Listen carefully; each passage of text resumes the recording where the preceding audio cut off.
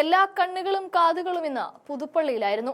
അവിടെ ഉമ്മൻചാണ്ടിയെ കുറിച്ച് പറയുമ്പോൾ തൊണ്ടയിടറിയും കണ്ണു നിറഞ്ഞും രാഹുൽ ഗാന്ധി പറയുന്ന ഓരോ വാക്കുകളും സദസ്സിൽ കൂടിയിരുന്ന സകല നേതാക്കളുടെയും നെഞ്ചു തുളക്കുന്നതായിരുന്നു.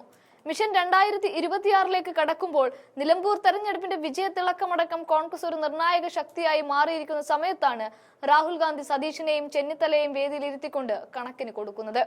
എന്തൊക്കെ പറഞ്ഞാലും ക്യാപ്റ്റനും മേജറും ഒക്കെയായി ആരാണ് അടുത്ത മുഖ്യമന്ത്രി എന്ന തരത്തിൽ കോൺഗ്രസ് നേതാക്കൾ പരസ്പരം സംസാര വിഷയമായി മാറുന്നതിനിടയിലാണ് രാഹുൽ ഗാന്ധി ഉമ്മൻചാണ്ടിയുടെ 2ാം ചരമവാർഷികത്തിന്റെ ഭാഗമായി കേരളത്തിലെ സകല നേതാക്കളെയും ഒരുമിച്ച് കാണുന്നതും കുടഞ്ഞെറിയുന്നതും. പുതിയ KPCC അധികാരമേറ്റതിനു ശേഷം രാഹുലിന്റെ ഓരോ വാക്കുകളും ഇപ്പോൾ നേതാക്കളുടെ കണ്ണു തുറപ്പിക്കുകയാണ്. പരസ്പരം നേതാക്കൾ സ്ഥാനമാനങ്ങൾക്ക് വേണ്ടിയിട്ട് പോരാടുകയും ഗ്രൂപ്പിസത്തിന്റെ മതിലുകൾ സൃഷ്ടിച്ച് കോൺഗ്രസ് നേതാക്കൾ പല വഴിക്ക് നീങ്ങുന്നതുമൊക്കെ ചെയ്യുന്നതിനിടയിലാണ് ഒരു യഥാർത്ഥ രാഷ്ട്രീയക്കാരൻ എങ്ങനെയാവണമെന്ന് രാഹുൽ ഇരു നേതാക്കളുടെയും കാതു തുറപ്പിച്ചുകൊണ്ട് പറഞ്ഞത്. കണക്കിന് കൊടുക്കുന്ന ആ രംഗങ്ങൾ ഒന്ന് കാണാം. Before you speak and before you think about something, you have to feel about that thing. കാരണം ഒരു കാര്യത്തെക്കുറിച്ച് നിങ്ങൾ സംസാരിക്കുന്നതിന് മുമ്പ്, ഒരു കാര്യത്തെക്കുറിച്ച് നിങ്ങൾ ചിന്തിക്കുന്നതിന് മുമ്പ് അതെന്താണെന്ന് അതിനെക്കുറിച്ച് നിങ്ങൾ ഫീൽ ചെയ്യണം, അനുഭവിക്കണം. And I discovered that what people actually want from a politician is his ability to feel for them. ഞാൻ കണ്ടെത്തിയത്, ഞാൻ മനസ്സിലാക്കിയത് എന്താണെന്ന് വെച്ചാൽ, ജനങ്ങൾ ഒരു രാഷ്ട്രീയക്കാരിൽ നിന്ന് ആവശ്യപ്പെടുന്നത് അവർക്ക് ആ രാഷ്ട്രീയക്കാരന് അവർ പറയുന്ന കാര്യങ്ങൾ അനുഭവിക്കാൻ, മനസ്സിലാക്കാനുള്ള ഒരു കഴിവാണ് ജനങ്ങൾ ആഗ്രഹിക്കുന്നതെന്ന് എനിക്ക് മനസ്സിലായി. And often this is not so obvious. പക്ഷേ ഇത് പലപ്പോഴും പ്രകടമല്ല. Somebody is only thinking and feeling about himself, his future.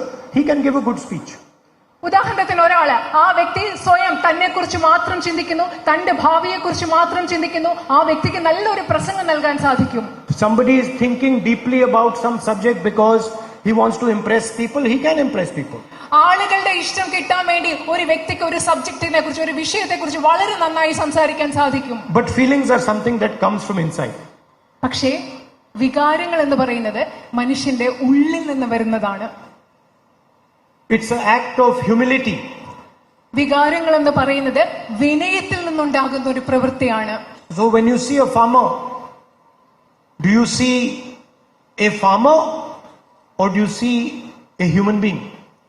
ഉദാഹരണത്തിന് നിങ്ങൾ ഒരു കർഷകനെ കാണുമ്പോൾ നിങ്ങൾ കാണുന്നത് ഒരു കർഷകനെയാണോ അതോ അവിടെ ഒരു മനുഷ്യനെയാണോ നിങ്ങൾ കാണുന്നത്?